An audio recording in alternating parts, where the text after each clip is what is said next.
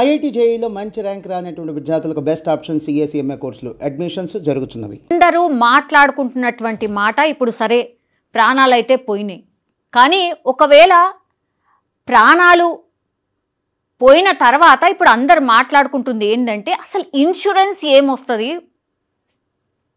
వీళ్ళు ఎవరైతే చనిపోయినరో వాళ్ళకి ఇన్సూరెన్స్ వర్తిస్తుందా లేదా, ఒకవేళ బీమా చేసుకుంటే ఎట్లా చేసుకోకపోతే ఎట్లా, విమాన ప్రమాదంలో చనిపోయిన వాళ్ళకి అసలు బీమా సౌకర్యం ఎట్లా ఉంటుంది ఏంటి అనేది కూడా ఒక పెద్ద చర్చ నడుస్తోంది. యాక్చువల్లీ విమానయాన సంస్థల పరిహారం గురించి కూడా అసలు నియమ నిబంధనలు ఏంటి, వాళ్ళకి ఎట్లా పరిహారం ఇవ్వాలి ఏంటి అనేది కూడా పూర్తిగా డీటెయిల్గా ఎక్స్ప్లెయిన్ చేసే ప్రయత్నం చేయబోతున్నారు. గుజరాత్లోని అహ్మదాబాద్లో జరిగినటువంటి విమాన ప్రమాదం తర్వాత ప్రయాణ బీమా ప్రాముఖ్యత ఏంటి అనేది కూడా చర్చకు వస్తోంది. విమాన ప్రమాదంలో మృతి చెందిన ప్రయాణికులకు ఎంత పరిహారం చెల్లిస్తారు, అసలు ప్రయాణ బీమా అంటే ఏంటి, అది ఎలా వస్తుంది, దాని నియమ నిబంధనలు ఏంటి, ఇప్పుడు పెద్ద ప్రశ్నగా మారిపోయింది.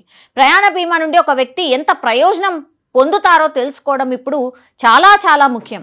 ఒకవేళ ప్రయాణ బీమా లేకపోయినా మృతులకు పరిహారం లభిస్తుందా లేదా, అండ్ విమానయాన సంస్థల పరిహారం గురించి నియమాలు ఏంటి అనేది ఇప్పుడు పూర్తిగా తెలుసుకునే ప్రయత్నం చేద్దాం. భారతదేశంలో అనేక దేశాల్లో విమాన ప్రమాదం జరిగినప్పుడు విమానయాన సంస్థ బాధ్యత మాంట్రియల్ కన్వెన్షన్ 1999 ప్రకారం నిర్ణయించబడుతుంది.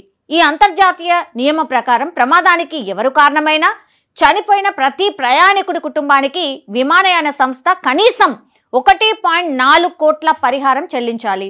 ఆల్రెడీ విమానయాన సంస్థ అంటే టాటాకి సంబంధించిన విమానయాన సంస్థ 1 కోటి పరిహారం చెల్లించింది, కానీ ఇక్కడ మాత్రం 1.4 కోట్ల పరిహారం అంటున్నారు. మరి అదెందుకు ఇవ్వలేదు? విమానయాన సంస్థ నిర్లక్ష్యం వల్లే ప్రమాదం జరిగిందని రుజువైతే పరిహారం మొత్తం ఇంకా ఎక్కువగానే ఉండే అవకాశం ఉంది. డీజీసీఏ కింద దేశీయ విమానాల్లో కూడా ఇలాంటి నియమాలు వర్తిస్తాయి. ప్రయాణ బీమా ప్రయోజనం అసలు ఎలా ఉంటుంది? ప్రయాణికుడు ప్రయాణ బీమా తీసుకుంటే అతడు ఎయిర్లైన్ కాకుండా ఇతర ప్రయోజనాలు కూడా పొందొచ్చు.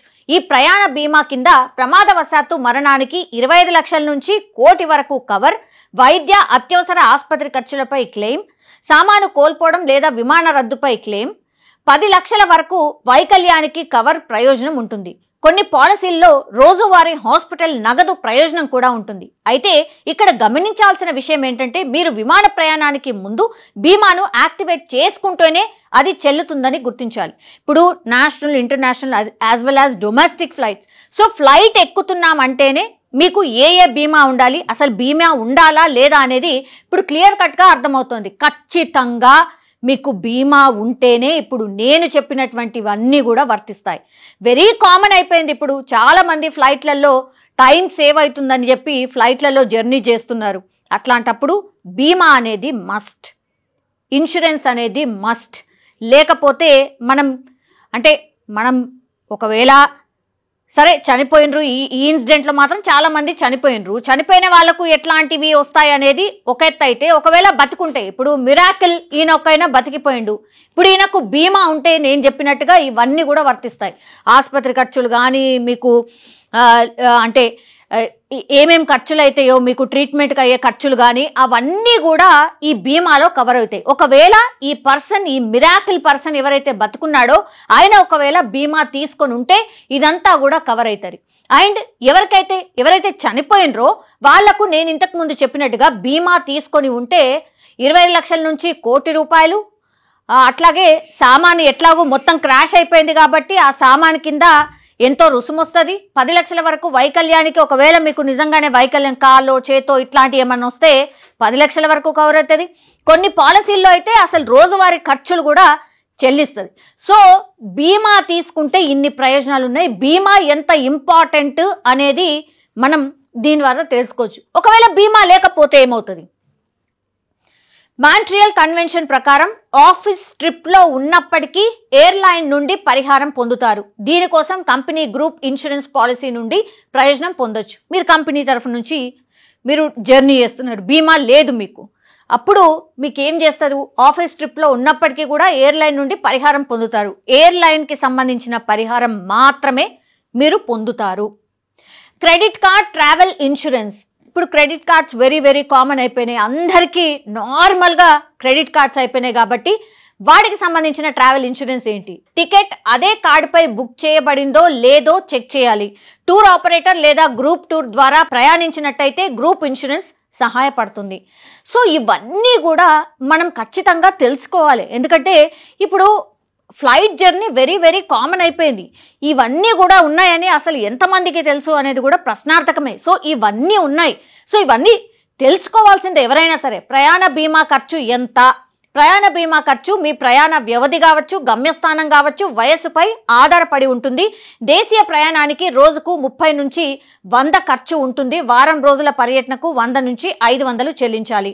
సో ఒకవేళ మీరు రోజువారీ ఖర్చు వెరీ ఫ్రీక్వెంట్లీ ఖర్చు చేస్తున్నారు అని అంటే దేశీయ ప్రయాణానికి రోజుకు 30 నుండి 100 ఖర్చు ఉంటుందట బీమాకి సంబంధించి. వారం రోజుల పర్యటనకు అయితే 100 నుంచి 500. వెరీ నామినల్ ఖర్చులు ఇవి మనం దృష్టి పెట్టము, ఏమైతుందిలే అని వెరీ ఓవర్ కాన్ఫిడెన్స్లో ఉంటాం. కానీ ఇట్లాంటి ప్రమాదాలు జరిగినప్పుడు మాత్రం ఒక హెచ్చరిక అన్నమాట. విదేశీ ప్రయాణానికి అంచనా ప్రీమియం ఎంత? ఆసియా దేశాలకు 300 నుంచి 700, కవరేజ్ 5 నుంచి 15 లక్షలు. యూరోపియన్ దేశాలకు 500 నుంచి 1200, కవరేజ్ 50 లక్షల నుంచి 1 కోటి వరకు. సో మనం చెల్లిస్తుంది ఎంత? 300 నుంచి 700 అయితే కవరేజ్ ఎంత? 5 నుంచి 15 లక్షల కవరేజ్ ఇస్తోంది. యూరోపియన్ దేశాలకు వెళ్ళినప్పుడు 500 నుంచి 1200 రూపాయల వరకు చెల్లించుకుంటే కవరేజ్ 50 లక్షల నుంచి 1 కోటి వరకు ఉంటుంది. సో ఒక్కసారి మీరు వీటిపైన తెలుసుకోండి, దృష్టి పెట్టండి. Very very important. కెనడాకైతే 1000 నుంచి 2500 చెల్లించుకుంటే 50 లక్షల నుంచి 1 కోటి వరకు కవరేజ్ అందుతుంది. ఆస్ట్రేలియా ఆర్ యూకేకు కవరేజ్ 700 నుంచి 1500 చెల్లిస్తే కవరేజ్ 25 లక్షల నుంచి 1 కోటి వరకు ఉంటుంది. సో విమానంలో ప్రయాణించే ముందు ఇవి చాలా చాలా ముఖ్యం. తరచూ ఎవరైతే దేశీయ అంతర్జాతీయ ప్రయాణ చేస్తూ ఉంటారో వాళ్ళందరూ కూడా ఇట్లాంటి బీమాలు ఉన్నాయి, వాటి కవరేజ్ ఇంతింత అమౌంట్ చాలా ఎక్కువగా ఉంది కాబట్టి బీమా కంపల్సరీ తీసుకోవాల్సిందే. నామినీ వివరాలను సరిగ్గా అందులో పొందుపరచాలి, లేదంటే పరిహారంలో సమస్యలు వస్తాయి. పాలసీలో ప్రమాదవశాత్తు ఆర్ వైద్య కవర్ కంపల్సరీ ఉండేలాగా చూసుకోవాలి. బీమా డిపాజిట్ అండ్ ప్రింట్ కాపీలను తీసుకువెళ్ళాలి. సో బీమాకి సంబంధించిన పేపర్స్ కూడా ఎంత ఇంపార్టెంట్, ఎవరైతే ఈ ఫ్లైట్లలో జర్నీ చేస్తున్నారు అనేది తెలియజేసే కథనం ఇది అనుకోండి, ఆర్ తెలియజేసే ఇన్సిడెంట్ ఇది అనుకోవచ్చు. సో 265 మంది చనిపోయినరు. సో ఇమాజిన్ చేసుకోండి, అందులో ఒక్కడు మాత్రమే మిగిలిపోయిండు. ఆయన ఇక అదృష్టం అనుకోవచ్చు, లేదంటే అసలు అంటారు కదా నూకలు ఉన్నాయి ఆయనకి అని. అట్లాంటి మిరాకిల్స్ చాలా రేర్ ఆఫ్ ది రేర్ జరుగుతుంటాయి. కానీ ఈ ఇన్సిడెంట్ చూసినప్పుడు మాత్రం ఒక్కోళ్ళు కూడా బతికే ఛాన్స్ లేదని అందరు నిర్ధారించుకున్నారు కూడా. కానీ ఇక్కడ ఈ బీమాలు ఇవన్నీ కూడా మీరు తెలుసుకొని విమాన ప్రయాణాలు చేసేటప్పుడు దయచేసి ఇన్సూరెన్స్ అనేది మస్ట్ అని తెలియజేసే సంఘటన ఇది.